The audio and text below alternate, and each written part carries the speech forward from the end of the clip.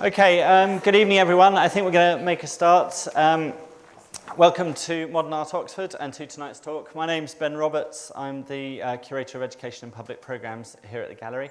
And I would like to introduce this evening's talk, which is called What's Important, Art and Politics. It's the first in a series of keynote lectures that we're staging here at Modern Art Oxford as part of our celebrations for our 50th anniversary, which is happening this year, right now. These lectures are intended as a sort of a provocation or a statement as much as a question, really, as we're looking back at the history of the Gallery's programme and our history, what's been achieved, as much as we are looking forward to how museums and art organisations like this one will look in the future and what sort of role they might play in tomorrow's society. So what's important in art and politics? What role does art have to play in a apolitical world beyond our votes? What sort of voice do we as artists and curators and intellectuals and professionals, what voice do we have to influence political dialogue or affect change or even awareness at any level? And what can organisations like Modern Art Oxford or Documenta be doing to empower this? These are sort of just some of the questions which are continuing to frame our thinking about the past and the future, thinking about this year's programme. Modern Art Oxford has a proud history of working with artists and curators, engaging with a lot of those sorts of issues, and we'll be celebrating that throughout the year with the return of works from our past exhibitions by Hans Hacker and Darcy Lang and Kerry James Marshall, to name just a few, all of whom will be returning to the Gallery as part of the Kaleidoscope programme, which is the year-long programme celebrating our anniversary. So to continue this conversation, I'm delighted to welcome to the Gallery Adam Szymczyk to Modern Art Oxford as tonight's speaker. Adam is a Polish curator, as many of you will know, of some considerable distinction, described, as I'm sure people keep on saying, by the New York Times as a superstar curator. Since 2003, he's been the director of the Kunsthalle in Basel. He also co-curated the 5th Berlin Biennale in 2008 and is currently, as I'm sure you all also know, the director of Documenta 14 entitled Learning from Athens, which will open in 2017, I think, in both Kassel and Athens, so splitting the site. I hope he's going to be able to tell us a little more about some of his plans and why he chose to take that controversial step of staging part of the show in Athens, which is a super politicised city at the moment. Adam's going to speak for about 40 minutes or so, maybe or to an hour, and then there'll be time for questions. Can you please turn off your phones, because we are broadcasting to the world, and it will ruin it for posterity if your phone goes off. Briefly, I would also like to thank the University of Oxford and Dimitri and Catriona, who have been instrumental in bringing Adam to Oxford as part of their ongoing conference, which has been happening today and is happening tomorrow, Cultural Economies and the Contemporary Moment, which is about art, culture and the marketplace. Adam is speaking also at one of the round tables there tomorrow, and that starts at 10:30. I understand there are still places, so if you would like to hear that, then head along to the Oxford Martin School on the corner of Broad and Cat Street, and you can hear more there and register. So finally, I would like to thank you all for coming and to welcome Adam to Oxford and hand over for this evening's talk. Good evening. It's a pleasure to be here and to first time in Oxford and to be invited to speak here at Modern Art Oxford. I'd like to thank Paul Hobson for having me here and also to the organizers of the conference, Dimitri Papanikolaou and Catriona Kelly. What I'm going to present is a paper which I wrote already some time ago, 2013, but I thought maybe it's important not to invent the wheel and stick to the plan somehow, which is still at the stage of preliminary notes towards a concept of Documenta 14 that is going to take place in 2017. So let me begin with some historical background or a little panorama of the Documenta. And then we'll slowly get to the very matter of things. Documenta is an art exhibition which is generally considered to be the single most important recurring event dedicated to contemporary art. It was famously born in Kassel in 1955 out of the sense of cultural urgency felt in post-World War II Germany, about a decade after the Nazi rule was brought to an end. And it is my belief that this primary sense of urgency behind an experimental exhibition, undertaken and understood as a harbinger of change, and a means to build both a national and international community with the help of an aesthetic and intellectual experience, needs to be restored in the 14th edition of Documenta, which is scheduled to take place in 2017. The question of how to best do this is my present concern. But in order to properly get to this question and its possible answers, I must go back a bit to the history that has occurred between 1955 and today, and the various documenta that have taken place in that 60-year period. Between Documenta in 1955, the first edition, and Documenta II in 1959, the Documenta GmbH, a company, was established to secure the perpetuation of the exhibition, which in this way became a cultural institution and has been continuing in the city of Kassel until today. The establishment of this enterprise marked the transition from the original idea of the curator, artist, designer Arnold Bode that stood behind the first Documenta, which was conceived as a tool for changing the present at that time, to a format that could be repeated and deployed in subsequent iterations, the format which at times actively engaged the surrounding political and social context, and at times simply stood by as witness to them. The paramount and most interesting part of any approach to Documenta consists, in my opinion, in resolving the question of how to fill the vessel it provides with contents that represent a far-sighted response to the current situation in the arts, thus making a significant statement on contemporary culture, society and politics, comparable in its impact, hopefully then, to the one that the first Documenta had.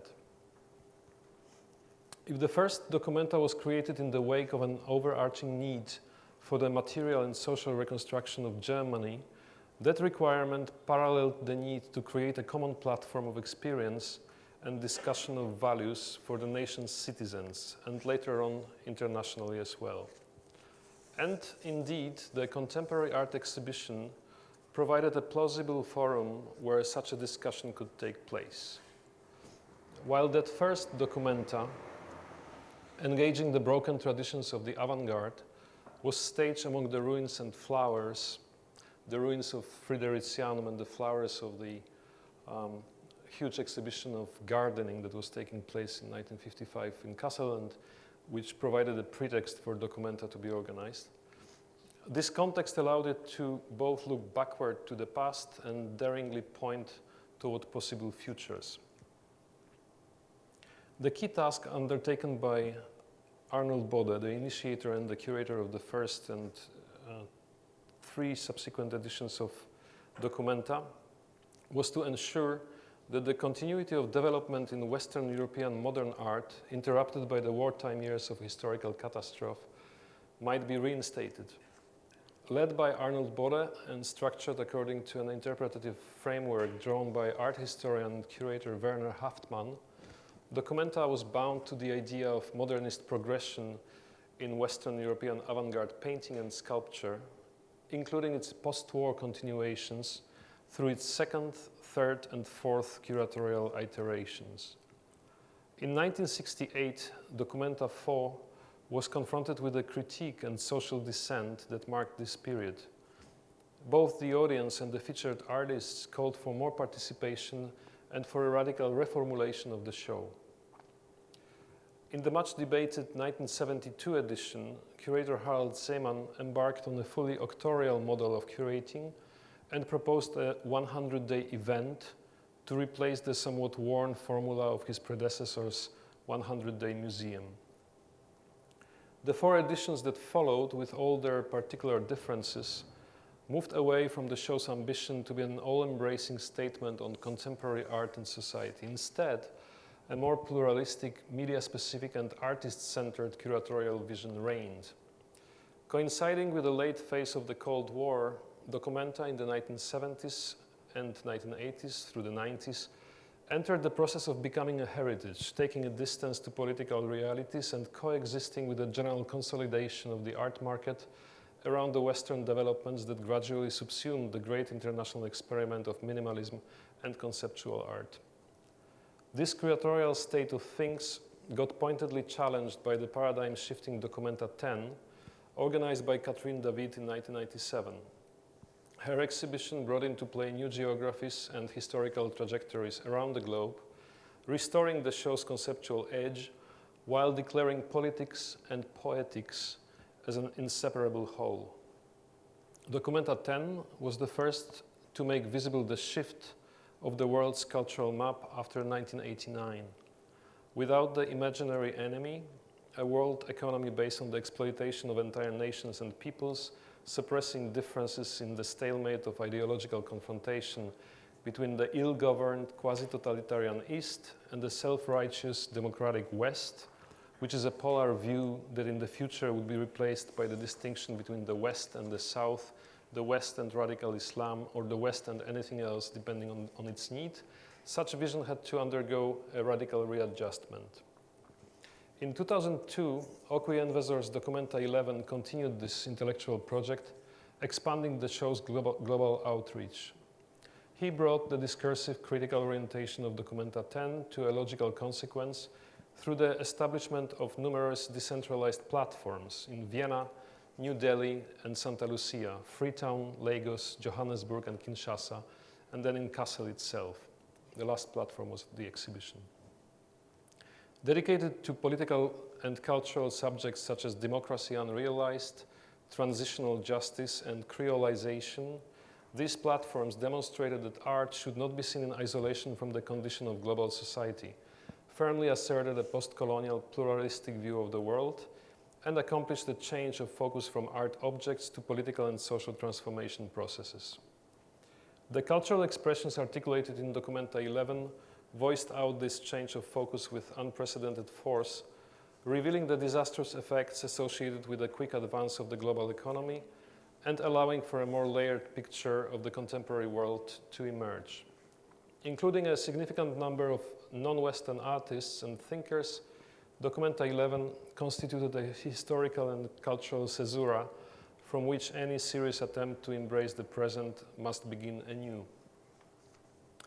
If Documenta 10 and Documenta 11 again positioned the exhibition as a tool of political and social reflection, instead of keeping it limited to an exercise in curatorial excellence and a vehicle for showcasing contemporary art in line with the zeitgeist, the 2 most recent editions took place among the growing uncertainty caused by the past decade's changes in global economy and dramatic shifts in balance of world power. Furthermore, such geopolitical shifts were paralleled by the increasing diversity of artistic idioms and formats that could not be brought together under one common denominator of a thematic exhibition. In a reflexive turn, inquiring into formative moments of modernity and the legacy of modernism around the globe, Roger Burgel's and Ruth Noack's Documenta 12 strive to identify and enliven Enlightenment ideas, binding the show with the larger cultural history of Kassel, while looking back to lesser-known intellectual artistic traditions and investigating the meaning of display concepts applied in Arnold Bode's Documenta in 1955. Caroline Christoph Bakardziev's Documenta 13 seemed inhibited by similar constraints. The curator performed a detour to the idea of artistic subjectivity and geographic margins, often siding with idiosyncratic narratives and singular artistic attitudes. Documenta 13 exposed the growing difficulty in continuing the revisionist, critical ambitions of the exhibition while keeping the stability of its institutional setup and leaving its most basic tenet, the main location limited to Kassel, untouched. And this, despite the curator's attempt at establishing symbolic outposts of the show far from Kassel, and most notably in war-torn Kabul. The specific timing and choice of locale were precisely the factors that once allowed Documenta to develop into a now 60-year-old venture. Needless to say, however, the socio-political parameters that made Documenta urgent in 1955 are no longer in play. In 2016, Kassel is geopolitically and culturally a very different place than it was in 1955, when it was located on the frontier of the liberal West and defined as a cultural beacon, shining bright in the night of divided, war-ravaged, reconstruction-minded Europe. Today, it seems, life is elsewhere.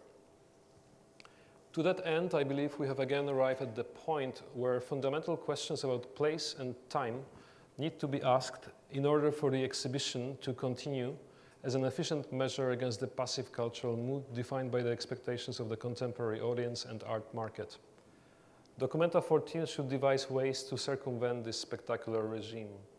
The world's greatest exhibition must again become a critical agency instead of acting as witness, stage, or prey of the spectacle.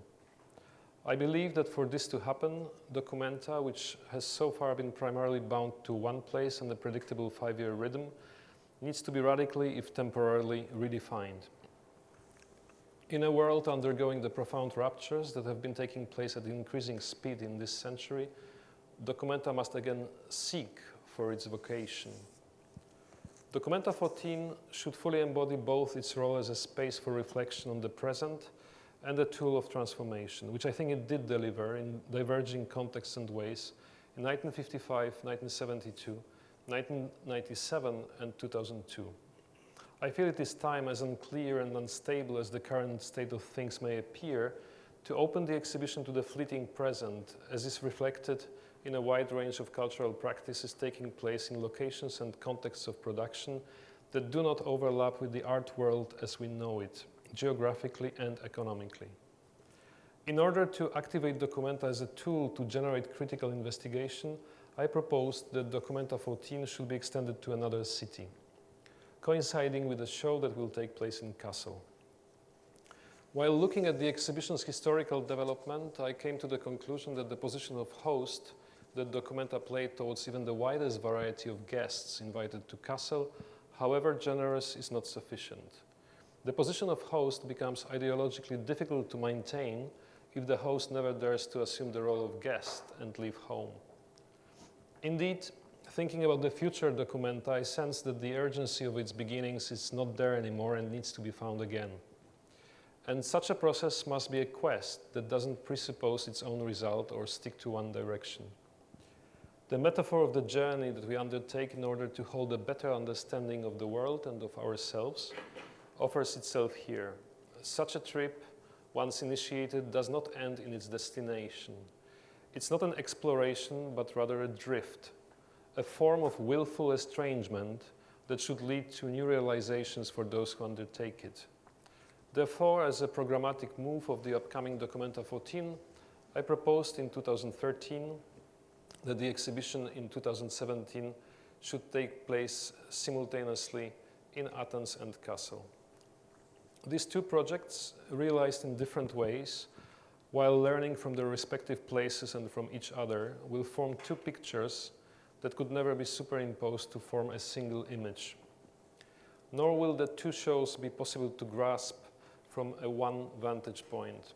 By asking Documenta visitors to take a similar route as its makers, the exhibition would also ask them to take their time, allowing a break in visibility while journeying between the two locations.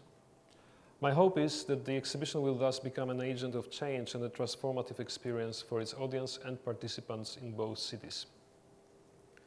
The reasons for Athens itself and not another city are numerous. First, Athens rests in that part of Europe that seems to be a model example of the often extremely violent contradictions, fears, and fragile hopes that cannot be dismissed as an internal problem of Greece or any other precarious contemporary democracy. Athens, like larger Greece, is currently struggling with the grave consequences of a deep economic crisis, so singular to the geopolitics of today, which include the destruction of existing social relations vis-à-vis the rise of right-wing populism amid the unresolved issue of increasing number of refugees coming by sea from Syria, the Middle East, Africa, and South Asia, or crossing the river Evros that separates the country from Turkey and effectively serves as a porous border of what is known as Europe. The migrants find that Greece becomes their final temporary station. And yet, this is not just a Greek problem, but an exemplification of the challenge that the entire European continent is now facing in a far more dramatic way. Moreover, Athens embodies the uncertain future of Western European democracy in a world which is in the process of losing fixed points of reference. Thus, the proverbial Greek crisis makes Athens possibly the most productive location from which to think and learn about the future to come now. Documenta can only visit Athens as a guest, with all the limitations and possibilities such status implies. The exhibition can only come into being through on-site research, forging connections, including political ones, and finding local allies willing to engage. The terms of invitation are being negotiated and forms of collaboration still need to be defined in detail. Finally, the exhibition will emerge in a process involving both existing institutions and non-institutional initiatives. On the institutional level, Athens, with its virtual lack of publicly funded contemporary art venues and with most other cultural institutions underfunded or on the verge of collapse, while being home to many art producers who work in spite of the everyday hardship, could be a place where Documenta might play an important role, helping to rebuild a sense of confidence and community instigated by contemporary art. Having worked on the project 2 years, I must say it is not certain to me at this point what form the exhibition or the projects that will constitute it should assume, nor it is evident which scale they should require. Nevertheless, we envisage a need for creation of a debate, public conversations that will begin this month with participation of several artists who have been already invited to take part in Documenta. This should turn the upcoming Documenta into an exercise in institution building that uses existing public venues, not necessarily dedicated to contemporary art, or creates a new one or new venues, instead of simply sheltering under the sign of the temporary use of abandoned locations, which usually simply boosts their prospective value as real estate for speculation. As far as the question of the role of Documenta 14 in Athens is concerned, from the many conversations I've had over the last 4 years with colleagues in Athens, artists and curators, and others working outside the visual arts field, I can sense not only frustration and feelings of helplessness caused by the petrified structures of cultural bureaucracy that are in place in Greece, but also the expectation for actual substantive change. The process of defining the terms and scope of Documenta 14 in Athens already constitutes a part of the preparations for the next iteration of the exhibition and could be reflected in the show in Kassel as a whole. The structure of the Kassel exhibition could be informed by the notion of the copy, considered as a reflection and an imitation, image and counter-image. This notion would not be placed in the thematic scope of the exhibition. In other words, Documenta 14 would not be about the copy per se, but could serve as a generative and transformative grammar of the show, with the original site of Documenta relocated to Athens and the reflection, echo, image, or lesson of Documenta projected back as an exhibition to Kassel. My use of these terms should be understood as against the normative order they usually imply, whereupon the authentic, genuine, and original is always judged superior to any poor copy or cheap imitation. Here, between Athens and Kassel, the political and socio-economic implications of this hierarchical order should be called into question. The presence and transfer of copies has been historically crucial for the self-perpetuation of the still persistent Europocentric cultural model that has always presupposed the superiority of the classical ideal in which Athens has long played its role as one of the central symbolic references. This was most explicitly addressed in the naming of Athenaeum, a journal published by August Wilhelm and Karl Friedrich Wilhelm Schlegel between 1798 and 1800, which laid out the program of the German Romantic movement. In 2012, the classic reference was invoked in the new official slogan of the Greek Ministry for Touristic Development, Greece, all-time classic. The classic and timeless clearly continue to be the country's main selling points vis-à-vis the Western European tourists. At the same time, both terms help to establish a reassuring distance to what they silently render as incidental and ephemeral, most certainly barbarian and dangerous. But the notion of the copy, historically related to neoclassicism as a costume of representation and self-assertion for the ruling classes, is even more pertinent today. Currently, the copy gains a different meaning in relation to contemporary image production in both the cultural and commercial sectors, and within the clashing politics of copying and copyright protection in the global capitalist economy, of which the luxury industry is the most visible, media-driven part.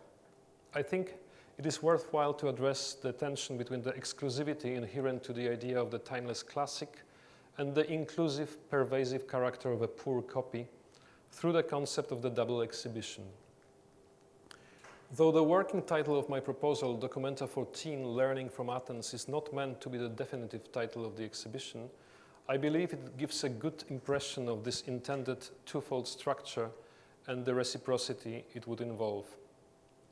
I'd like to underline the fact that this proposal for Documenta 14 should not be mistaken as an attempt at an export of a revolution, which Documenta certainly is not, being a strong institution in Germany that renews itself in 5-year cycles, nor it is intended as a colonial conquest of yet unknown territory, bringing a top-down dynamic into a conflicted and precarious local situation.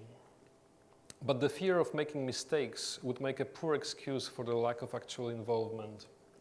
Instead, I suggest that Documenta 14 might become a fully embodied lesson in breaching the normative, economic, political, and geographic divisions and attempting a shared experience mediated by culture and, more specifically, the contemporary art exhibition. In this proposal, Athens stands metonymically for that rest of the world that has not shared the experience of Documenta in a proper sense due to lacking privileges inherent to the position of the host. So it is not just about Athens and Kassel or Greece and Germany. I imagine Documenta 14 as a manifestation in the form of two autonomous, almost simultaneous and related exhibitions in Kassel and in Athens of the dissolution of barriers separating those who lack the simplest means from those who are usually all too willing to give them lessons but seldom a hand. In this case, Documenta 14 might be an exhibition conceived as a living document of the process of the formation of communality and the awareness of contemporary cultural production's role in this process. For most Greeks today, Germany and Chancellor Angela Merkel symbolically represent the feared external economic pressure on Greek citizens who in the decades preceding the current crisis have been drained out of the resourcefulness by international capital, culminating in the US real estate crisis in 2008, which triggered the crisis in Greece, the weakest link in the EU economy, by the selfishness of the Greek political class, by an overgrown state administration, and by conservative attitudes reinforced by the lack of strong secular tradition at home. Against this state of things and seeking inspiration in the formative period of the 19th century modern Greek democracy, which inspired international emancipatory movements and saw European art institutions staging exhibitions to benefit the Greek insurgency, Documenta 14 in Kassel and Athens will be essentially about giving, about solidarity, and about trust, and thus about putting lessons of past Documenta into practice. While Athens is a physical and political location, it is also a screen for many cultural projections, including ones that risk becoming Orientalist fantasies. Historically, the exhibition in Athens would look back to the genealogy of democracy, its institutions and deficiencies and potentialities. Regarded now as a holiday stopover city, Athens deserves to be visited and contemplated a bit longer than just to look at its ancient monuments on the way to the famous white and blue Greek islands. Like many cities cited on loaded history and contemporary rapture, Athens holds multitudes. It is a multinational metropolis that struggles to be habitable. At present, it might be perceived as the most anti-classic city in Europe, contrary to the appearance introduced through its 19th century forced neoclassical remaking by German architects in service of the Bavarian Prince Otto, who was the king of Greece between 1832 and 1862. Athens is also the city that in 1933 welcomed a group of the leading architects of the Fourth Siam Congress. While journeying from Marseille on ocean liner SS Patrice II, the Congress laid out new principles of urbanism that were subsequently published in Le Corbusier's Athens Charter in 1943, as well as inspired Joseph Louis Serre's 1942 book, Can Our Cities Survive? An ABC of Urban Problems, Their Analysis, Their Solutions, based on the proposals formulated by the Siam. The latter provided an argument for the post-war remaking of European cities in the modernist spirit, as opposed to nostalgic historicism and reconstruction, a debate that gained much currency in Kassel in 1955. And yet, contrary to the Siam participants' quintessentially rational visions formalized as two papers of preparatory observations and provisional resolutions while their vessel was crossing the sea, Athens today is a sprawling, chaotic, hyper-intense harbor city of the Mediterranean with collapsing public infrastructure and coping with endemic social problems. From today's vantage point, one can say that the modernization was a short-lived attempt in Greece so far. As a principle, the show in Kassel will involve the same artists who would make work in Athens. Thus, each artist would present his or her work in both locations, with the works being different or occasionally the same, responding to one or the two contexts. This structure of gaps, disconcerting repetitions, and dislocations would lend the entire exhibition something of a pendulum character, elaborating the impossibility of being in two places at the same time. The structure would embrace discontinuity rather than appear as a bridge in the form of projects that complete each other between the two locations, or end up as two isolated sequences of displays addressing the specifics of each of the two sites separately. It is important that each of the two exhibitions create a completely different experience for the visitor, with occasional shortcuts, flashbacks, allusions, and déjà vu effects occurring between the two sites.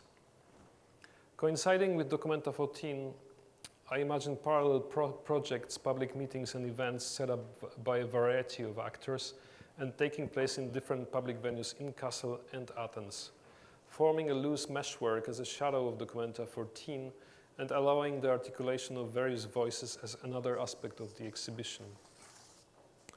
Altogether, the exhibition should demonstrate an agility in addressing the real needs of the moment in real time as a sort of responsive program that learns from events and takes feedback into the process instead of sticking to one predetermined scenario during the years of its making.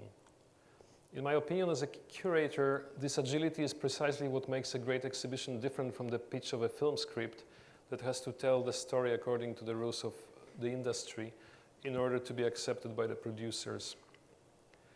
If the exhibition could be considered as a genre, or perhaps even as a genre of genres, more than merely as a format, medium, or structure that needs to be filled with content, then it needs time to grow and become something in its own right.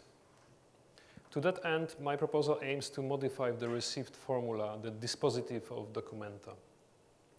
Such change will certainly engage everyone involved in the fullest sense, from politicians to organizers, artists, and all other creative participants in a long and complex trajectory of actions. As a curator, I understand my task primarily as that of enabling agent for social relations that emerge through the making and the concurrent discussion of art.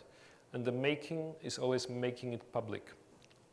The operating principle in the making of Documenta 14 will be that of absorbing and responding to a variety of urgencies on both the political and the aesthetic level, with the aim to make the exhibition both contain and show some of its own history, much like a diary of a voyage that only begins at the point of arrival. In this, one might look at the difference between the in vitro and in vivo experiment. The former reaches a result that can be glimpsed already in the means adopted at the outset, while the latter constantly modifies its means to the facts encountered on the way. The Documenta 14 should not create an autonomous reality as a utopian island of meta-discourse, but bring hope and discursive tools for understanding the reality around us. This makes it a form of realism, I suppose, in which art is understood as a cognitive extension of our existence and not as an epic narration. In the context of Documenta 14, one of the aspects of the contemporary situation that I would like to explore in more detail is the shift to immaterial labor and knowledge-based economy in the developed world and the moving of material production to developing countries, with the resulting geopolitical, economic, and cultural divide. At the same time, suspicious of the inevitability of any prescribed order of global development equaling the reproduction of sameness, Documenta 14 should testify to the proliferation of new forms of communication, including social networks, with their mobility or liquidity, which enable new types of work to emerge and be mediated, bypassing political oppression and overcoming economic limitation of place. Against this background, the function of artistic production has to be thought about in new ways and from new positions, allowing one to see from outside the structures of an art world that is always self-adjusting to subsume new forms and distribution channels that artists themselves devise. These issues so far seem to have been largely out of curatorial agendas as they run counter to the accepted ways of understanding art and its mediation that we have been long accustomed to. History is what transforms documents into monuments, Michel Foucault once noted. And another quote, clearly the monument refers not only to a work of architecture, but also to the collective action, the architect Lina Bobardi later succinctly rejoined. I borrow both lines thinking that might be useful for this proposal for Documenta 14, and accordingly, I believe that this sense of collective action tackling the common task can be given a new life within the framework created by an exhibition such as Documenta.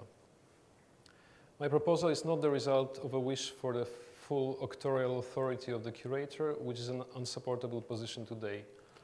Instead, I wish to articulate a need to bring together many individuals and entities into a process that affects substantial change and brings about a sustainable result, both for the visitors of the exhibition and for those participating in its making, affecting also their life after Documenta.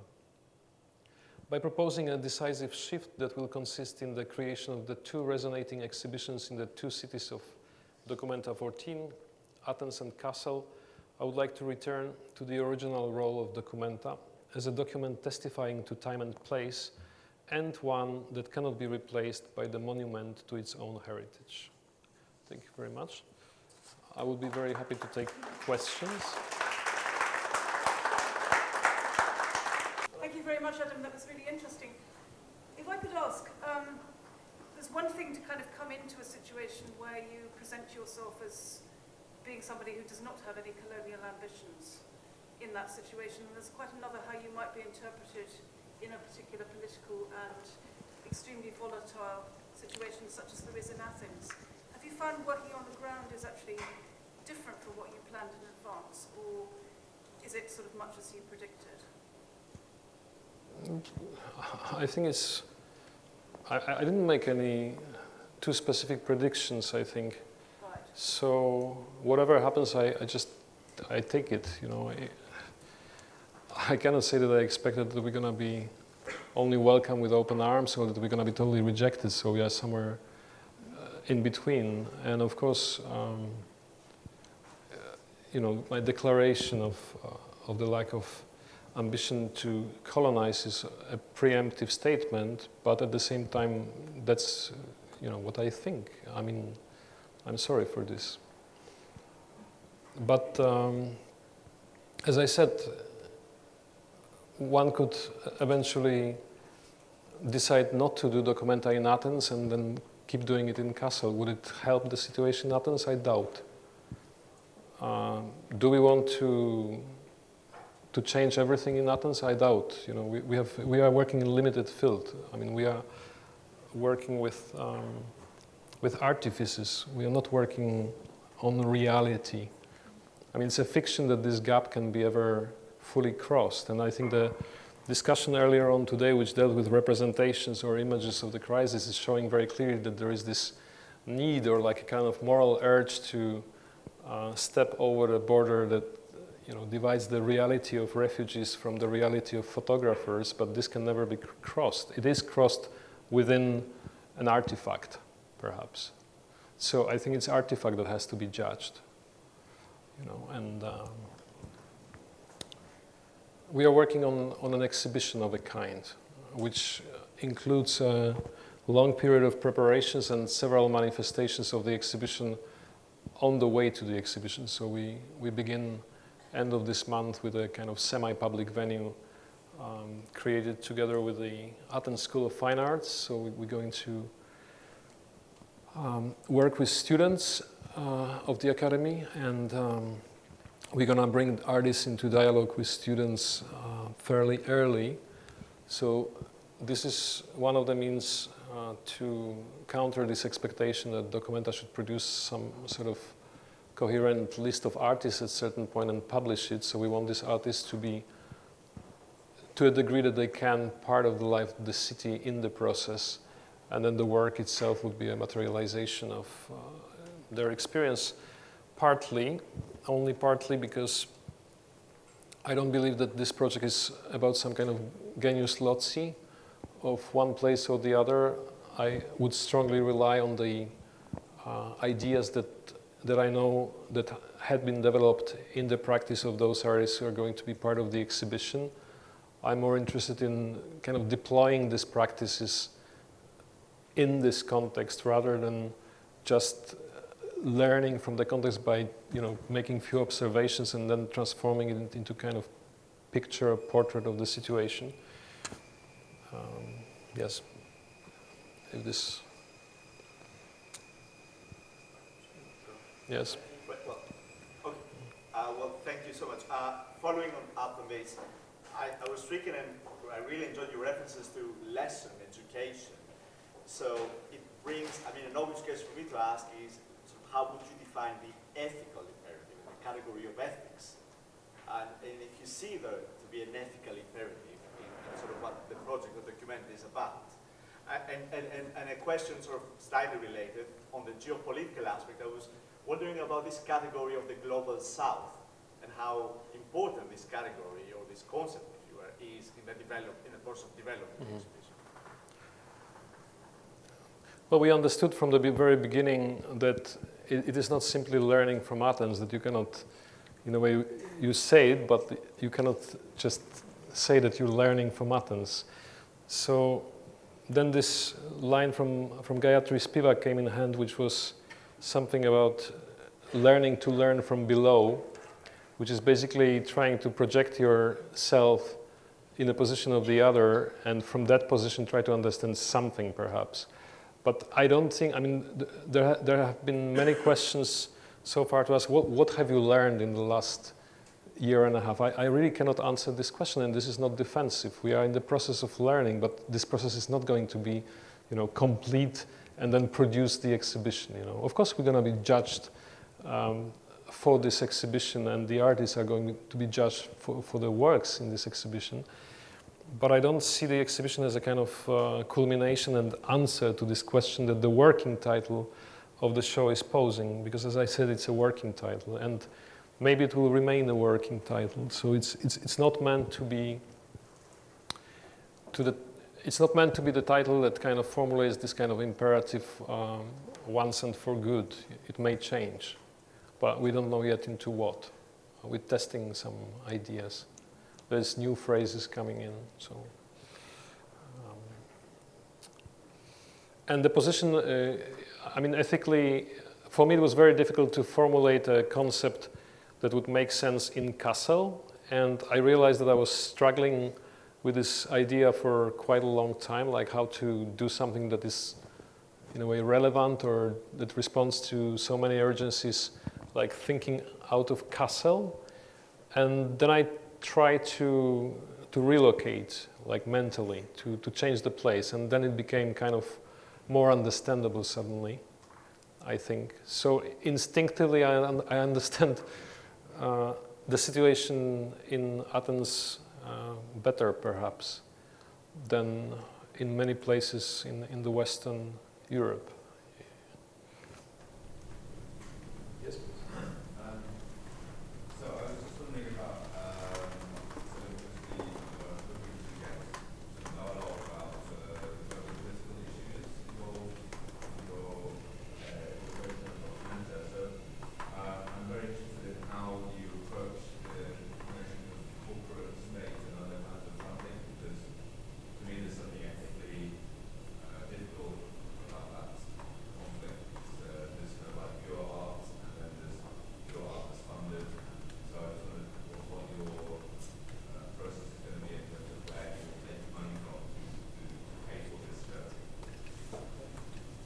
Yes, it's a very good question. I mean, as you may know, Documenta has the core funding from the German state, basically, which is the Federal Cultural Foundation and the city of Kassel and the state of Hessen. So this is the core funding, but it seems that this funding is not sufficient, or it doesn't really include, the money for production, so to say, of artworks or situations or whatever. So so far we haven't been too active, let's say, in reaching towards the types of corporate sponsorship that I guess you had in mind. On the other hand, it is inevitable at a certain point, in order to realize certain projects that require rather colossal funds, to either drop them altogether or to go for this kind of funding. So it's an unresolved issue. I think politically I'm not trapped in this funding issue because I don't represent Documenta Enterprise. I stand for the project of Documenta 14, and I'm trying to make a distinction between the two things. Maybe in order to put a question mark on the very establishment of Documenta itself as an enterprise or as a structure. And that's why I believe I decided to try move it to Athens, because this seemed to be the least likely place to go with this exhibition in Europe politically. It was at the point when, let's say, that proverbial Greek crisis was kind of isolated and contained within Greece. And what I'm trying to do is to open it up, to say that through Greece we can see many other things happening elsewhere, not necessarily in the countries of the European or global South. So it's a place from which to see things differently, I guess. And whether this is realized with some corporate and some state support, that we will see. I mean, at the moment, as I said, the basic and quite substantial funding is given, but already the idea of moving the project to Athens is a little bit of a, how to say, it is not the most obvious idea in terms of this core funding, how you use it, for instance. So.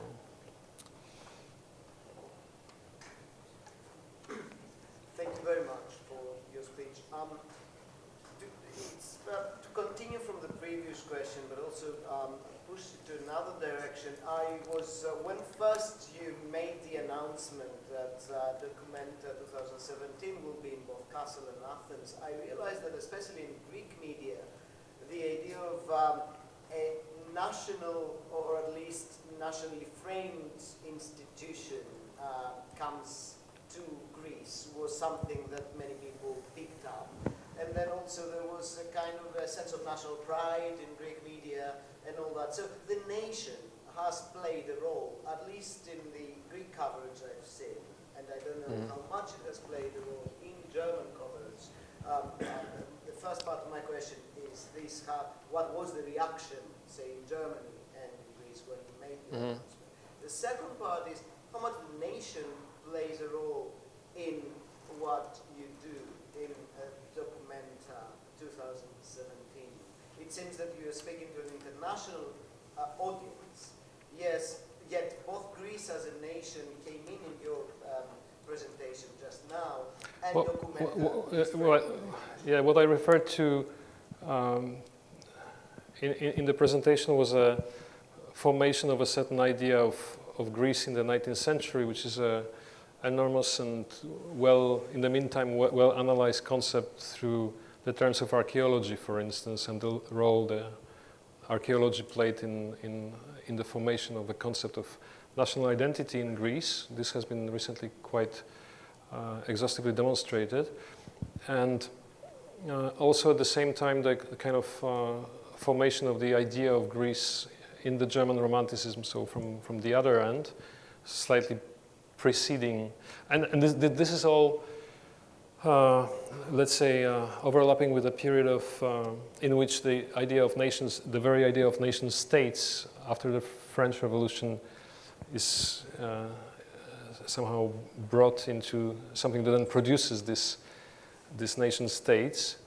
And I don't think that this has much of relevance as anything else than the object of critique today. So this kind of identities are, I mean, what exactly is your question? What I think about the nation? Or? How much, are you going against it in terms of, it seems that you want to undermine this idea of national, strict national identity. Yes, maybe complicated a bit. By first of all bringing the kind of state institution of Germany into Greece, where the only state institutions of Germany or Western Europe at large operating in Greece are the financial institutions. So here we have a different kind of institution that comes with a similar reputation perhaps, but just by the fact that it's first read as something that is from that category, So I think we have to prove it through our actions in Athens that it's a little different deal, let's say, that we are offering, or rather that there is no deal.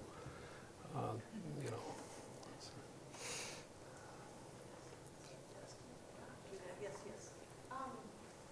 Thanks for your presentation. On the one hand, I'm delighted, and I was delighted when I heard that Documenta would be held also in Athens for many of the reasons that you lay out for us. And on the other hand, as somebody who now has to buy airplane tickets to more than one place in Europe, proliferating global art fairs and constant biennials, I'm wondering whether, to what extent you thought about how much you could pare down the Kassel iteration of Documenta, hold something in Athens, and your interest in new forms of communication and social networking. What would be the least that one could do in Kassel? What if one had, obviously there are rules with the GmbH to, that you have to be doing the right thing by them, but in your conception, how little could one do in Kassel and still do something in Athens and get at what you are getting at without adding yet another venue and yet another set of exhibitions for us all to do? No, it's not another set of exhibitions. It's one exhibition. It's just in two places. So it's a mystery. Like, at least it's not three places. It'll be even, But it's not Instagram in Athens. It's not Kassel plus Instagram. It's another geographic location. I don't know how Instagram works really. I think, like you're asking a question to a kind of Documenta marketing person, I could come up with an answer, but myself, I didn't think how to, I thought more about how to keep both parts of the exhibition alive and strong in different ways. That's what I was thinking. I was not thinking about, one being at the cost of the other. The first reaction in Kassel was, they are stealing Documenta from us, right? The first reaction in Athens, they are bringing Documenta to us. I'm neither bringing nor stealing. I'm performing a certain rhetoric operation, which is very much in the kind of parole and how people speak about it. And I'm very interested in the variety of responses and how situation reconfigures itself in both places around this concept that is very difficult to grasp because it involves a duality, and we are somehow conditioned to think in terms of like, one place, one time, one action. So this is trying to loosen it up a bit. And also, I don't know. I mean, of course, it's for art lovers. It's complicated to travel from one biennial to the other, and with an art fair in between here and there, but like I'm not too concerned about it. I mean, we are trying to work on it. We just announced proudly that we're going to have a direct connection from a tiny airport in Kassel to a huge airport in Athens. It's, I think, first international flight operating from Kassel airport. We'll see. It is interesting to ask this question about like how people manage time in relation to art or events that require their presence, for instance. I think presence is very important, and then you have to take a decision, because you can't be present in two places at the same time. So obviously you're gonna miss something, but this is very important to come to terms with this loss, I think.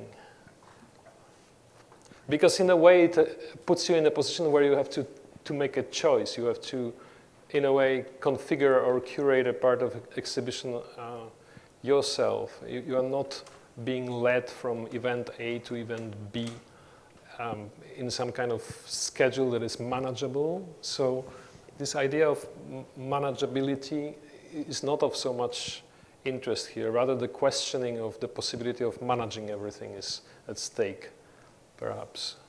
So things should be rather happening than happening according to kind of prescribed scenario. It's an oscillation between the points that interests us.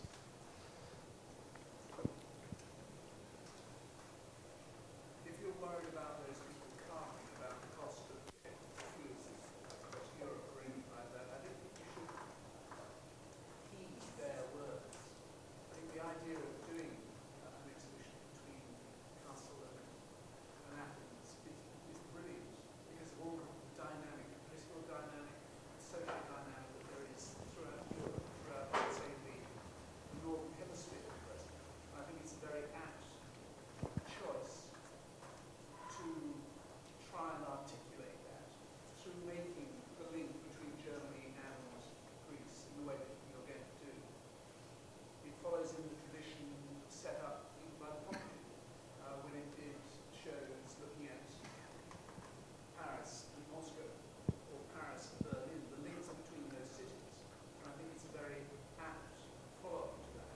So for those people carping about the cost of travel between the two places, ignore them. Because I think the statement that you're making of the link that there is between Germany and Greece is a very powerful one. And if people in Germany are worried about exporting something to Greece, or if there are those critics in Athens worried about colonialization or anything like that, disregard. What matters is the dialogue that you're encouraging. Well done for trying to achieve that.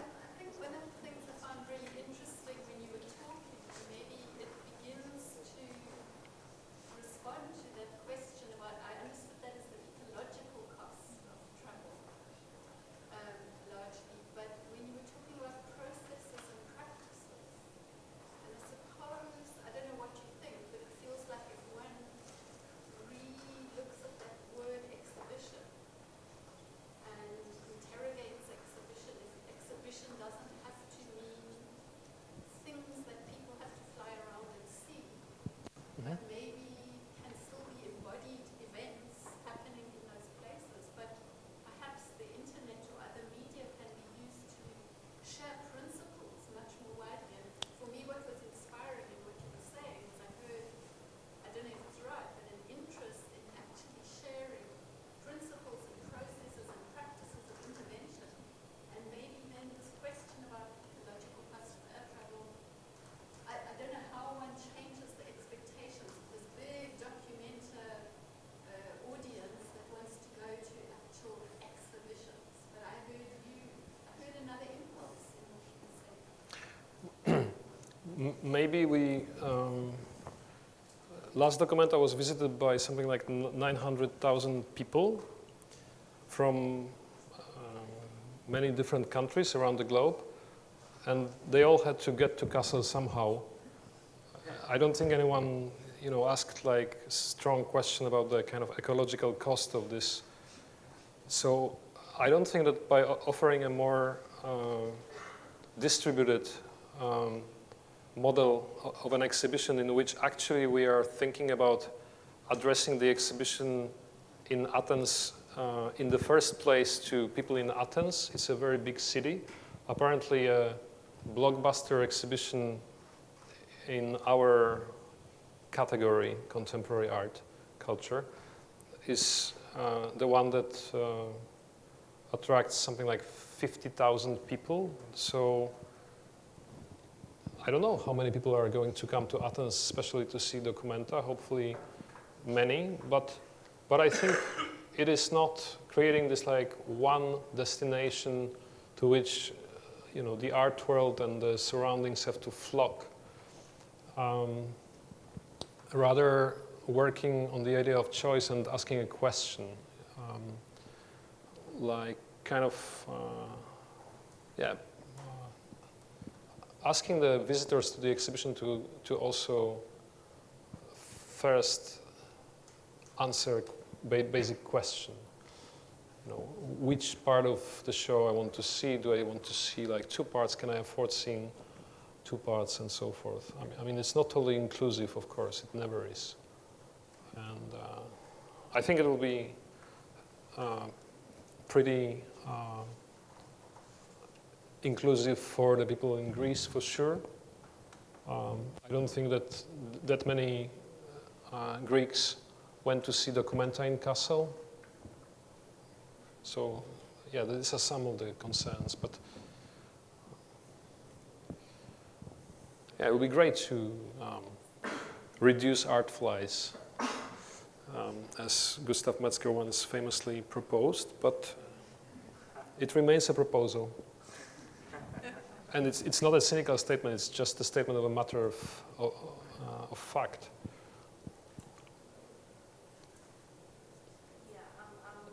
Well, he described this concept of this year Documenta as next year as not a host but a guest, and guests come and go. But, and you said it was also important to leave something behind, or to have something left.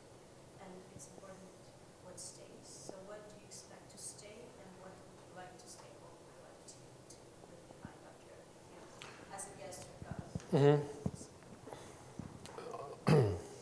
I don't know if I can say that I expect, but I would like the kind of lasting memory of the experience to stay, but not only with the visitors, but also with the participants in the process in many ways, not only artists, but many other people with whom we've been talking now for months, if not years, about Documenta and about different projects, about different venues, about politics, about the city and so forth. And this definitely brings a kind of discussion in the city of Athens that I think is, of course, taking place in many ways, but this is a powerful amplifier for this kind of debates. And these debates will soon become public too, so they become more publicly heard, which doesn't mean that we're counting on press response or like media response primarily, but slowly this discussion will affect more people. Then quite concretely, we are very much hoping that we could enable some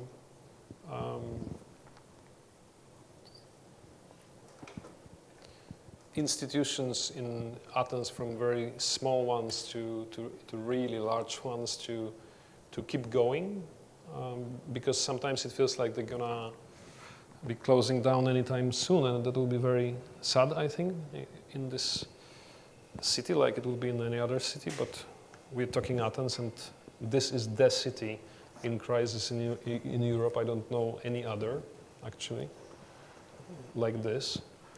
So, I think, and then there are like little practical things, but this is too ridiculous to talk about. But there are like small things that we can maybe change or leave behind. We're not gonna like build, something huge and then leave it as empty. we're not gonna ruin anything. So we're gonna try to improve things a little bit and get people involved and let them participate while helping to make this exhibition happen in Athens. I think in some way it has similarities to how the Documenta in 1955 was organized in Kassel. It was not with like huge ambition, but it was with an idea of like the current situation is not supportable and we have to do something to change it. Of course, one can also say that this from the start falls into some kind of logic. There is a larger frame of Marshall Plan, and it was all planned by the Bundesrepublik government with American money, and CIA was probably already watching, and one Documenta later, the abstract expressionism appeared big time, and the rest of the story we all know. But I don't know, I could not, I'm not ecological enough to say that Documenta is not needed and it should never happen, because it would have been better if there was no Documenta but just the gardening exhibition organized by the German state in 1955. So, yeah. Yes? Have you thought about the idea, and this probably is a lightweight notion, of bringing together the Greeks and the Germans, and the sector of Greece regards the Germans as their nemesis, and the other way around perhaps, of having Mr. Varoufakis to introduce the execution in Kassel, and Mr. Soygod to introduce the one in Athens, and I'd take the opportunity of Wait. I've got some more ideas. And take the opportunity at the same time to take Mr. Soygod to Lesbos, Chios, and Kos. Thereby, by so doing, you save more money for the Germans in Germany going to Kassel, because there are German tourists in Kos, a tremendous number of them, so they can see the exhibition in outposts in Kos, Chios, and Lesbos, and then take them to Athens, and courtesy of the Greek Ministry of Culture, they can have a free ticket to visit the Acropolis Museum, the Acropolis and your exhibition in Athens. Yeah, that would be more or less the kind of cultural circuit that would summarize the current situation, I think. But I don't see that this is the logic that we must follow. However, yeah, I mean, I was toying with the idea of a very important politician opening the exhibition in Athens. I don't know which one though. And I don't know whom I should ask to open the exhibition in Kassel. I guess for me the actually existing politicians are a little bit like out of this equation. They already expressed their opinions. These opinions vary. For instance, Mr. Varoufakis, whom I never met personally, sort of dismissed the show with, a small jab during one of his, conferences following his demise on the political scene in Greece. Mr. Steinmeier, on the contrary, expressed his joy. He said something about, Documenta building a cultural bridge between the two countries, which I thought was maybe worth extending into something like generally a bridge, not only the cultural bridge, but one should think about this idea of bridging in a larger sense than just like bridging it on the back of Documenta. So, yeah, there are different possible uses of Documenta in this situation. They are all very interesting. And we're going to be not only once caught in these ideological traps, but I guess we're going to somehow find a way not to be trapped for too long in one trap. So we're going to just fall from one to the other.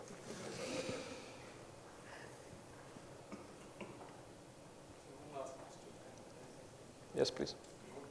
I was interested that you said that the exhibition will be realist, and you said that it would be that because it would offer discursive tools for comprehending the reality around us.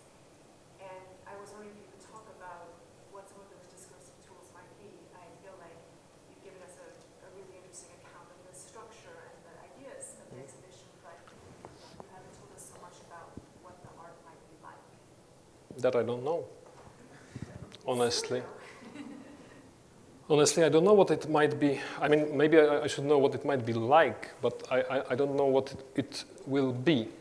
So if I say that for me art is more like a kind of cognitive extension or some way of approaching reality, or what we can agree that reality around us is, I think realism, which is not understood as representation, for instance, in this case, not representation of misery, not representation of suffering, or of, the kind of graphic representation of what, how crisis manifests itself through images, but more like ways of understanding of the reasons. And I think the artists who are going to be invited in this exhibition I see them primarily as thinkers through forms.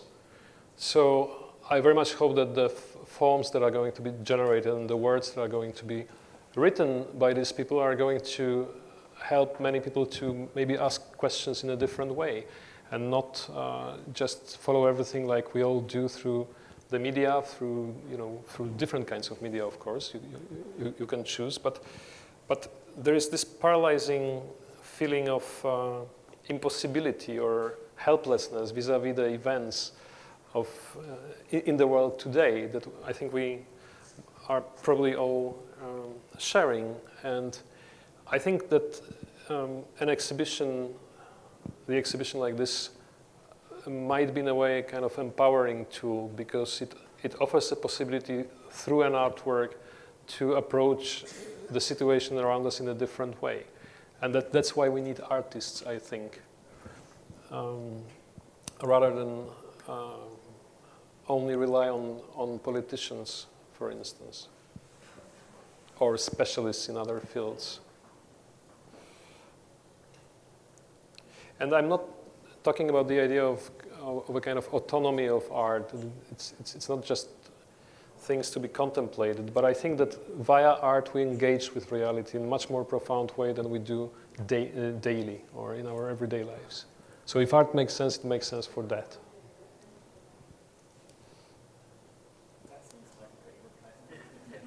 Yes, please. Are you planning to involve Syrian/artists/refugees to make a statement that Athens is now a new home, probably castle?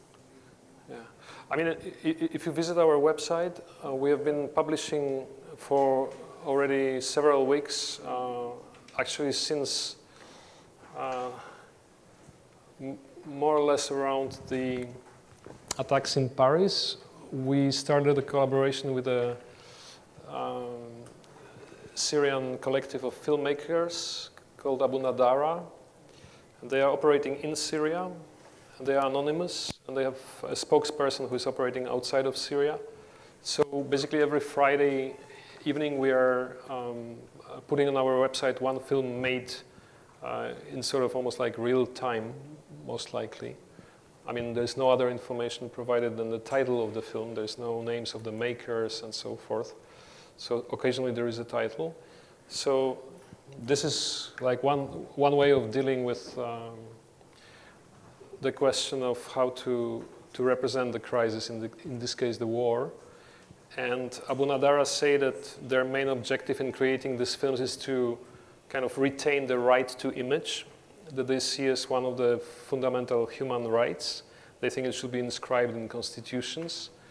And they think that the images are mercilessly and in a very humiliating way for the Syrian people of all kinds manipulated through the media, or not really manipulated, because it's not about simple manipulation that is the cropping of the picture, but it's just about, for instance, the graphic depiction of violence on certain subjects while refraining from equally graphic depiction of violence on certain other subjects. So these films are made against this mentality, and we are putting them on our website. I think this is, in this particular case, what we can do at the moment, and then we will try to work with this collective also in the exhibition. And I think, I mean, I could give more examples, maybe not specifically of addressing the issue of Syrian refugees, but there will be many ways in the exhibition of addressing this and other issues that we are concerned with at the moment and that affect us.